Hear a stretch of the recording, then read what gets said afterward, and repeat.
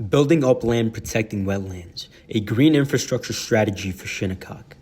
This image shows how low site elevation produces a shallow water table and maps the wetlands at risk. Well data confirms that groundwater is shallow across much of the site, which strictly limits where infiltration is possible. This means runoff cannot be absorbed uniformly and instead moves as concentrated surface flow toward the wetlands. As a result, these wetlands are receiving accelerated runoff that contributes to erosion and instability.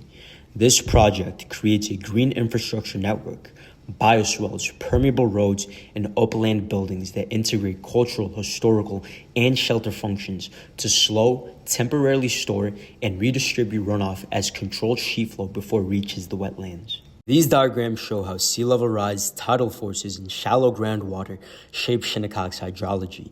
As groundwater rises and soils become saturated, infiltration becomes limited. Under these conditions, septic systems can fail, increasing the risk of groundwater contamination.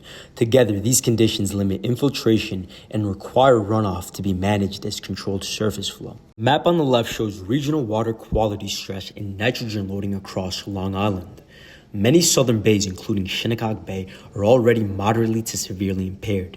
This means additional concentrated surface runoff cannot be directed into these systems, as it would further stress already impaired waters. While nitrogen loading is primarily groundwater driven, surface runoff must still be controlled to avoid compounding these impacts. The map on the right shows storm surge inundation zones, indicating how far coastal flooding can extend inland. Darker zones represent higher surge risk, and the red points identify existing buildings already within these areas. Most existing development falls within these surge zones, while only limited upland areas remain consistently outside the risk. Together, water quality pressure and surge exposure define where development can occur and require runoff to be carefully controlled before reaching vulnerable coastal systems. This map classifies soils across the Shinnecock Reservation and translates them into buildable, transitional, and protected zones. Hydric soils shown in blue are saturated and unstable, making them unsuitable for development or bioswale placement.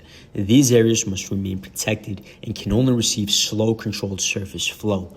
Upland soils shown in red are non-hydric and stable, making them the primary zones for building and infrastructure placement. Between these, transitional soils provide limited opportunities for bioswale placement, where surface runoff can be slowed and temporarily stored, but only where groundwater conditions allow.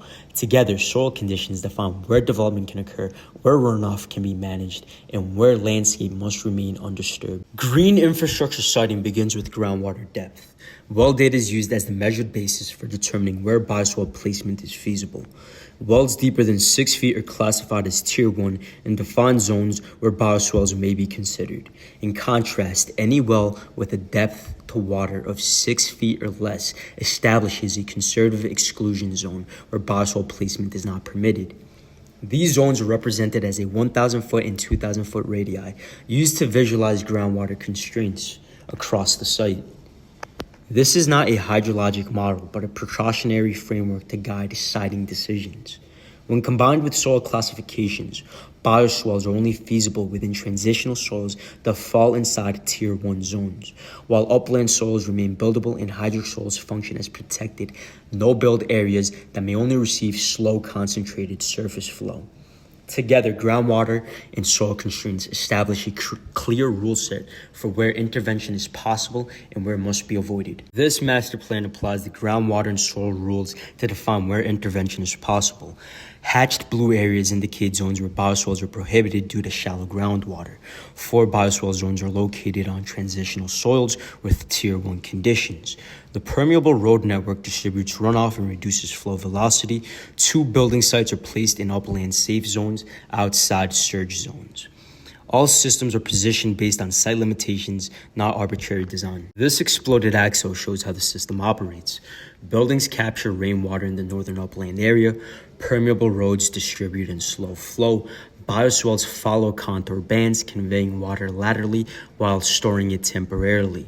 Stubs transfer flow downslope to level spreaders. Water is released as controlled sheet flow into protected wetlands. The system follows a continuous sequence: capture, convey, slow, and disperse. This axonometric establishes the base conditions for Bioswale Zone 1. Wetlands define protected zones. SU soils identify feasible intervention areas. 5-foot contours control how water moves across the terrain. This elevation gradient builds on the terrain by showing height variation across the site. Higher areas are located upslope while lower areas occur toward the wetland edge.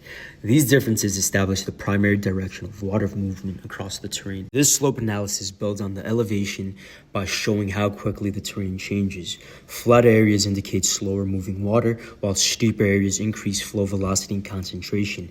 These conditions highlight where runoff is likely to accelerate across the site.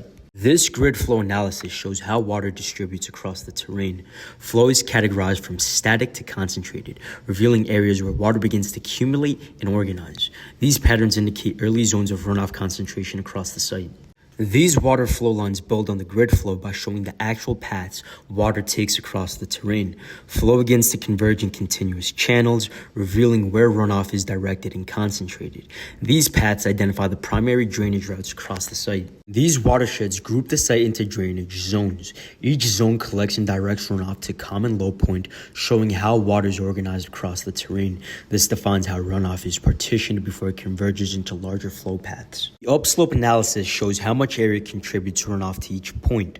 Darker areas receive water from larger portions of the site, indicating higher runoff accumulation. And these zones represent areas of increased flow pressure. The flow intensity analysis shows where flow lines concentrate most densely. Darker areas indicate zones where runoff is highly concentrated and channelized.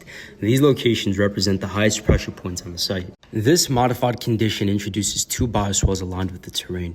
These interventions intercept and redirect flow paths, breaking up areas of concentrated runoff. As a result, watersheds are redistributed and flow intensity is reduced, shifting from concentrated channels to more dispersed movement. This museum and shelter integrates an above-ground cistern, a dedicated cybersecurity infrastructure space, a theater that doubles as an emergency shelter, and storage for the nation's snowplows.